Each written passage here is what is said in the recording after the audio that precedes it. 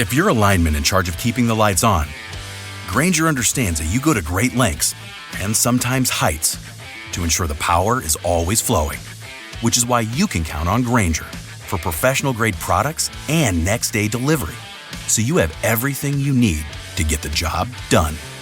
Call 1-800-GRAINGER, click Grainger.com, or just stop by. Grainger, for the ones who get it done.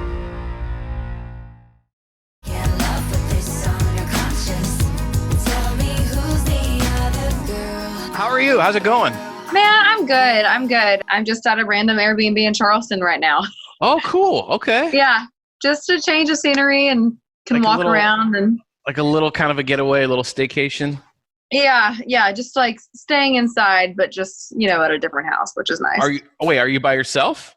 No, with my husband. Oh, okay. I thought some stuff's about to go down. I don't want to throw that into there. No.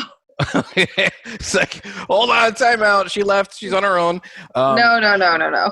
It's funny that Jen was saying that, one day we'll meet. But at this point, it's like 2025 is when that'll probably happen, right? At this point. It's crazy because I spend so much time in LA, just, I guess, for the job. And all the time I'm like, I'll have a day where I'm like off and I'm like, man, I wish I was doing something. So yeah, next time What would you be doing in LA if you weren't working? What would you be doing? What do you like to do when you come here? Well, I live in Nashville, Yeah. So when I'm there, I like to see the ocean when I can because we definitely don't have that. So I'll go down to Santa Monica. Okay.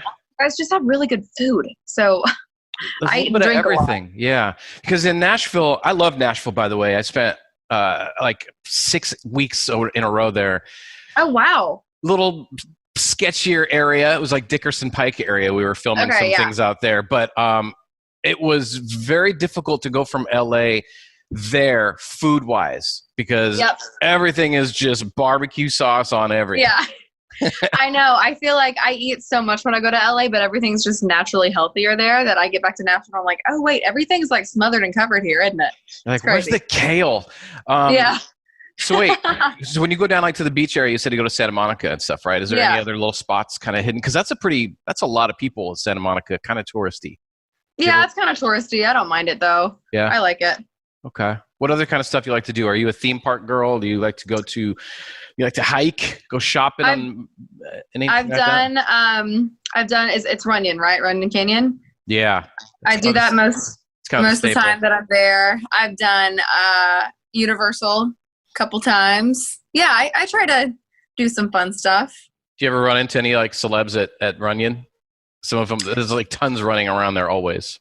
I've actually never seen a celebrity in the wild in LA. Wow. Oh, that's a lie. I've seen, I saw Ashley Tisdale at a restaurant one time and I was like, holy shit, you're from High School Musical. This is crazy. But that's the only celebrity that I've seen when I wasn't expecting to see a celebrity. That's funny. Because at Runyon, they're all hidden in their hoodies or their hats. And you run by and you're like, wait, that was Dane Cook. I swear that was Dane Cook. And then you got to try to find a way to go after them and just to kind of verify, not go after them, you know what I mean? But just to verify that that's who they were, but not look creepy. But how is quarantine for you? How is it? Are you you're with Morgan. You still like the guy? You still hanging out with him? You still enjoy being around each other? We still like each other, which is good. Yeah. We haven't ever spent this much time together. So we started dating when I was crazy touring and it just hasn't slowed down for either of us. So this is the most time we've ever had together. So it's been what would have been the next 3 years worth of time in 3 months. But it's been really good for us. I mean, we're almost to year 3 in marriage. So it's nice to be able to kind of reset and have some quality time. But like you said, it's fast forward. This is more like year 10 now, isn't it? Yeah, it's crazy. So but I'm still better at Mario Kart, and that's all that matters. That is important. Yeah, of course. I have to be better at something. Are you guys noticing little things that start to annoy you? Is there some songs that are going to come out from you?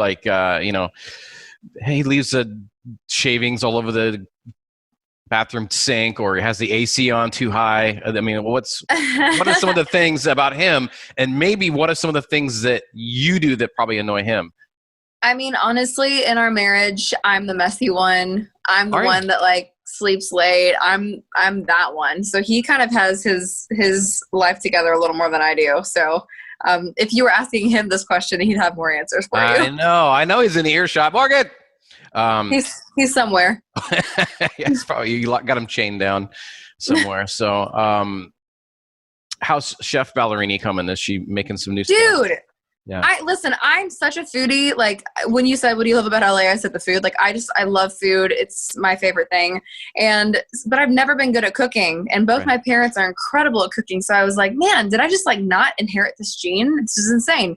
So then finally during quarantine, I was like, I guess it's time. It's time to dive in. And I think I've got a good little decent like cooking situation going on now. Where are you getting stuff? Like, where are you getting supplies? Are you actually physically going to the store, or are you? I'm not. I mean, I know people can safely do it with their mask and stuff. I'm not there yet. No, so, me neither. Same thing. We just order them online. There's a couple websites that you can go to, or Amazon. Is there like cool fun? Because I live in Studio City, which is, as you know, it's like right kind of, I'm surrounded by houses and buildings. So on the weekends, I head north to an area called Moore Park, Oxnard area, because there's all these farms, which is where all the stuff's coming from. Yeah, and you can it's a nice drive up north for about an hour, and then you can just go get fresh strawberries and celery and just straight from the ground with dirt still on it. And it's like, I feel better about doing all of that as opposed to going 4 minutes down the street to Gelson's on Laurel Canyon. Yeah, I get that. I'm sure we have a good farmer's market, but we live like downtown in the guts of it all, so we don't go anywhere. Yeah, no, I don't blame you. I'm not ready for all that either. You get up late. What time do you usually? What's your average day like in quarantine? Like, what time are you getting up? And are you getting up to an alarm or just kind of whenever? No, I'm letting myself catch up on a lot of years of sleep, which has been really nice. So I wake up at like 9 most days, which is pretty crazy because the world's already been, started for a couple hours. But that's early still. Oh God, no. 9? No. I mean, if I'm hungover, then maybe 10. But how is it now? I'm still waking up over here. I wake up, I found that like my first cup of coffee, like that hour where I'm having my first cup of coffee is when I'm most creative. So that's when I'll shut the door and just see if I can write anything, or not, but that's always the time where if something's going to come out, it's then. And then like, I found it's really helped me to make a to-do list every day, which I'm not really much of a planner, but for me to have some sense of accountability to like feel like a human that's being productive, I write everything down that I need to get done, even if it's like walk the dog. It's like, obviously I'm going to walk the dog anyway, but I just like to have it to cross off. It just keeps me accountable and kind of helps me get through. Is that like on your notes on your phone? Or are you just kind of constantly adding to it? I hand write it down. There's like something really therapeutic about actually like scratching it off once you do it. Oh, wow. It helps me not feel like every day's Groundhog Day, Sure. Yeah. So I do that. And then I'll FaceTime with my mom or a friend or something. And then I'll make us dinner and we'll go on a wine walk. We do that pretty much every night around Nashville.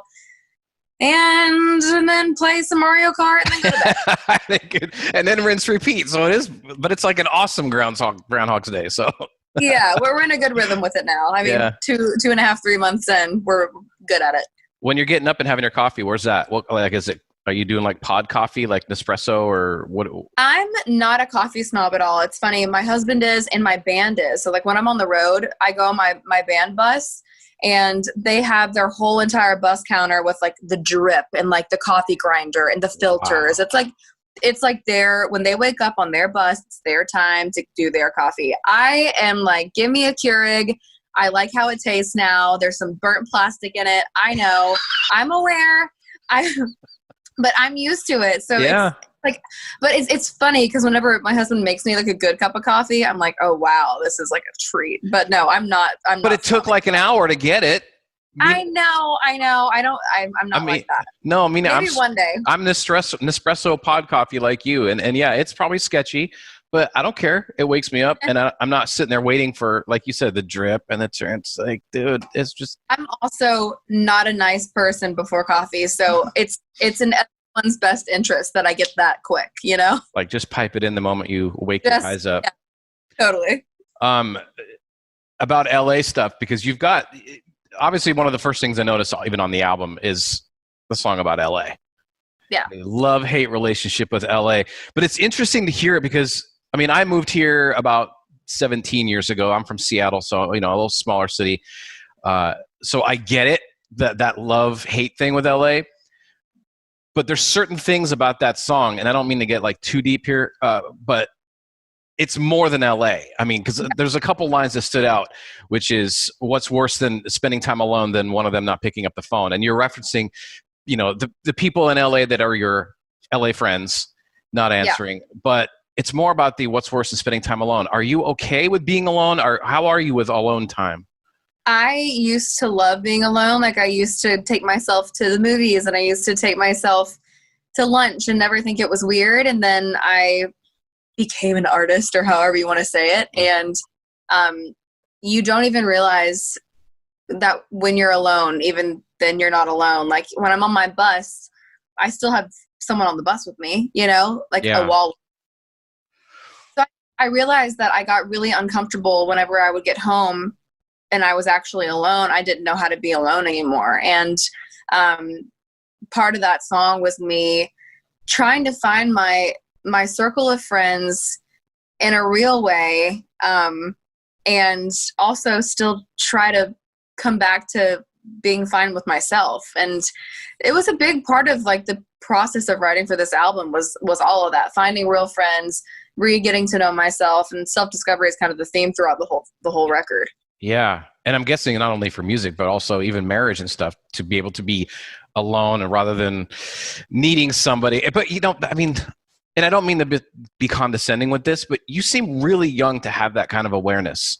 Because I'm 44, and I feel like that I only got that about 5 years ago, where I started to realize, hey, I'm okay with being alone, but almost too good at being alone, which is why I'm single, maybe, which is a whole other song for you right there. You can either be really good at being alone or too good at being alone. Yeah. Yeah, I don't know. I think I had this realization like middle of last year where I was like, okay, so if I'm not good at being home in my real life on a day off while I'm successful, what's going to happen when hopefully 10 years from now, I don't know what it's going to be, but like I'm not as successful anymore, and then I'm home not by choice, just by life. And I don't want to not be good at that. Like I want to have a real life to fall back on when the radio quits playing me. So I think I've really tried to invest in that and balance that out a little bit more, which in turn has made me a much better, healthier artist, which has been really, It's probably makes everything a little lighter on your shoulders as well. Yeah, interesting. Totally. Yeah, and again, I don't mean to be condescending when I say you seem young to know that. It's more impressive because I don't know what the hell I was doing around your age. I wasn't doing that, that's for sure. Well, I have my moments. Oh, I'm sure. And I don't want to keep digging into that song specifically, but it's like I said, there's so much more depth than it just being about LA. Yeah, there is. Like I asked myself, does it feed my soul or my anxiety? Too personal of a question, but is anxiety a real thing for you? Oh my God. I mean, it was really taboo to talk about growing up. Like it wasn't a real thing, I guess, in our household. And then I don't know. I think I finally got to a place where I was like, it was really crippling for me. Like I would get really sick before like a red carpet or something, like, cause I was so anxious about someone saying something mean or me not looking good enough, and red carpet's like a very exaggerated, example, but it would be in my real life. Everything I posted, I would overthink, and conversations, I would be like, oh my God, why did I say that? Like I was just overthinking everything. And especially afterwards, you probably replay the entire day in your head as well. Oh yeah. Oh yeah. Yeah. So I think I just had to put a name to it, and I also think I know as a fan, whenever an artist that I listen to talks about something, it kind of normalizes it. So I was like, well, shit, if I'm feeling like this, like I'm sure other people are. So if I talk about it, hopefully it normalizes it a little bit. And it seems like a lot of that stuff is really being opened up to, and the transparency of that has been coming out in the last couple of years. So it's nice. I mean, I feel like everyone, the last 3 months, like this has been so difficult on everyone in a different way, and I think everyone's probably struggled with anxiety in one way or another. So it's nice to be able to kind of just be like, oh, we're all in the same boat. Cool. Yeah. You start to feel okay, I'm not as weird. Do you do Like, what do you do physically when you feel that happening? Do you go somewhere and sit and kind of just say, yo, I need to be alone for a minute? Put on some music, water sound effects, something? Kind of the opposite. I have a really great group of friends that I like really got to define the last few years. And so they know me and I just call them. I just talk it out. That's good. That's important. Man, Nashville is awesome. How much do you love Nashville? I do love it. I do love it. It's growing so much. And like I said, we kind of live downtown. And so we hear like all the party, like trucks and everything playing. Man, I feel like a woman on repeat. It's getting like very, very party, but I do love it. You know, it's great because when I was there, I was filming something with a lot of local musicians, and it is unbelievable how many incredible bass guitarists, drummers, brass players, there is so many tight into that small. Well, I mean, it's, Nashville isn't small, but they're all in there and they're just jumbled in there. And there's just so many incredible artists. And when I was looking at stuff about you, like you started doing a lot of this stuff when you were 15, right? When you moved to Nashville, didn't get signed till you're 19. 4 years. What did that 4 years feel like? And how you keep going? I was in high school for 2 of those years and in college for 2 of those years. So that kind of took up a bit of my time and my space. But honestly, man, when I moved to Nashville, I was like, I'm ready. And I was so far from ready. And I really, really needed those years to like grow up a little bit and also like have experiences to write about, because when you make your first record, you have all the time in the world. And then all of a sudden it's time to make your second record and you're doing it in between nonstop touring and flying and meeting people and all that stuff. So I'm really grateful that I had the time to like have my first relationships and make some really great friendships and like, like do the college thing. Like I got to experience a lot of stuff that I still write about. It probably makes it a little easier having that kind of experience to pull from, I would think, right? Because at that point, I know a lot of musicians, even when you walk down, it's Broadway, right? It's the main part there. I never know what it's called, but it's just like, it's incredible for anybody who might be listening or watching this video. When you're walking down the street and you've got a bar right here with the wall open and you can hear a band.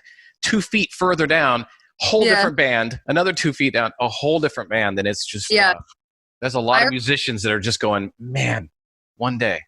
One of my most like, oh my gosh, this makes me feel like I've made it moments was, I had never really done the Broadway thing because I started touring when I was 20. And so I never had that chapter of my life. But like, I guess like 2 years ago, I had a weekend at home, which is very rare. And my friends were like, you have to do Broadway. You've never done it. It's part of country music. You have to do it. So I was like, okay. And I remember one of the bar singers was singing my song Peter Pan, and I was passing the building and they were singing it, and I was like, oh my God. It was like, what did you do? I mean, I went in and I stood in front of the stage until they knew it was me, and then I was like, thank you, and I gave them a tip, and it just like made my entire week. What was their reaction when they realized it was you? Well, it was a young girl, so it was kind of like, it was like this moment where it was like, I see you, you see me, cool, keep going, Oh my God. She tells that story every day. Guaranteed. She does. She does. I mean, I know you're being humble, but there's no way she doesn't tell that story every day to people. Well, I mean, I tell the story too, so it was equally as cool. Hey, how's this new song from with Halsey, the other girl? Can we talk about that for a second? Because that song is incredible, and it's interesting because the way that country music has kind of evolved in even the production side, using these low pass filter loops underneath. And, I know there's always been like top 40 hip hop country, but it's like these lanes now that used to be, like on a freeway where it's these solid yellow lines. Now they're broken up and everybody's just kind of bleeding over into each other. And that song really does, I feel, more than any of the others on the album, which, I mean, tell me about that song and specifically about Halsey. Did you guys meet when you guys recorded it, or was it? Well, no. So I had never had a collaboration on one of my records before. But then I did a song with the Chainsmokers and did a song with Thomas Rhett and a couple other people. And I just fell in love with collaborating. But what made it great was because I respected the artists that I did it with and then became really good friends with them. And so I'm friends with Halsey. You know, I met her a couple years ago and we became real life friends. And so it was, to me, like she was the only person I would have done this song with, because she's someone that I enjoy being around and that I respect as an artist. But basically I really wanted there to be a modern day pop country, The Boy Is Mine, or Does He Love You? What it's a reference. Just, good reference. Yeah. Yeah. Like I remember both of those songs when I was growing up, and the sass and the angst that they have. And so when Ross, the producer, played me this track, it reminded me of that kind of moodiness of Halsey's music that I love so much, that I'm drawn to. And then I wanted to kind of write a story around that for her and I.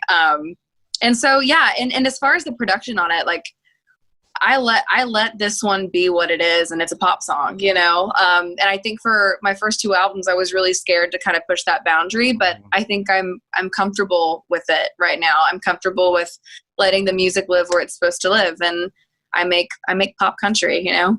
There's no fear from country fans, because I know country fans, as much as they are the most diehard loyal fans, but you know, they could be a little possessive of their artists, I guess. So the worrying about them, this, you know, going a little too far makes you feel like you don't feel like they might think you're abandoning them at all. My first single was called Love Me Like You Mean It, and it was right down the middle pop country. And we did that because I never wanted anyone to think that I was going to jump ship. You know what I mean? Like it's as a songwriter, my job to like write what is real to me. And I grew up on pop and I grew up on country, and that is what I write, and that is what I listen to, and that's what I love. And if it can live in both worlds, like why shouldn't it, you know? Yeah, that's cool. So did you, how did this recording happen with Halsey? Like, did you guys send her the track, she recorded it, or were you guys together when it was done? Well, I flew to LA to be there because I really wanted to. I think there's a different energy when you're in the room. And like I said, we're friends. So it was nice to be able to kind of like connect in the studio on the song. But yeah, it was quick. It was like, I kept my vocals from the day I wrote it on my tour bus. If you mute my vocal, you can hear my tour bus rattling around in the background. But I couldn't beat it. There was like, I was in the mode when I was recording it. So I kept mine, and then she did hers in LA, and that was it. That's awesome. Done. It's really killer. It's a special song. It's cool. Like I said, it has these drum loops and these cool filters that aren't usually used in a country type artist song. And I don't mean disrespectful by saying country artist, because you are an artist who happens to do all these types of music, right? I mean, that's what it really is. You fall in the umbrella of you are a musician. So, two more things for you real quick. Why is the entire album in lowercase, by the way? I noticed that. Every song is in lowercase. It's a good question. I wanted it to, so it's called Kelsey, the album is, and I wanted it to feel really casual. Like that's why it's just a first name as the title. And to me, like lowercase feels like you're not overthinking it. It's not too proper. It's just you're writing as you're thinking it. Yeah, it looks cool. Thanks. It does. It looks really good. At first I was thinking, wait, did my iHeart app screw up? Is there something up in this? No, it took me a second. I was looking through your Twitter. I just want to throw these out real quick before we wrap up. When you posted up about the actual album, seeing all the comments, I don't know if you get a chance to look through these. Do you get a chance to scroll through? I stalk them. You what? I stalk all the comments. Oh, you do? Oh, yeah. Like seeing some of these people. Savannah, I'm so proud of you, Kelsey. This album is amazing. It's what you deserve. What a beautiful body of work. Kelsey, my album won't download. Oh, but you need to call Lauren and figure out what's going on with Lauren's situation. The vocals, I'm in love with this album already, and it ain't even finished. I mean, what do you say to these kind of comments, and what does that make you feel, especially when you look at like the little pictures of who all these people are, and it's such a variety? Yeah, I mean, I've gotten to meet so many of them, which has been awesome. But I think for me with this record, you know, we put it out March 20th, which was like the week that the country shut down, and very discouraged and like a zoomed in selfish. This is my album that I've been working on for 2 years. Obviously, first world problems, but I was really, really disappointed, and all the plans that we had made went away, you know. But the wonderful silver lining of that was I got to talk to people that were buying the album, listening to the album for the first time. And normally on Street Week, you know, you're like a chicken with your head cut off. And for the first time I wasn't. I was sitting at my apartment and I was reading what people were thinking in real time as they were listening to it for the first time. And that was really special. So I got to really know what people thought really quickly. That's awesome. That's the immediacy of Twitter. Usually you see bad comments. There's no bad comments on here. Oh, there's plenty. Just dig a little deeper. Proud of you. Thanks for the pizza. This album is so good. What? Did you send Maddie a pizza? I don't know anything about what that's about.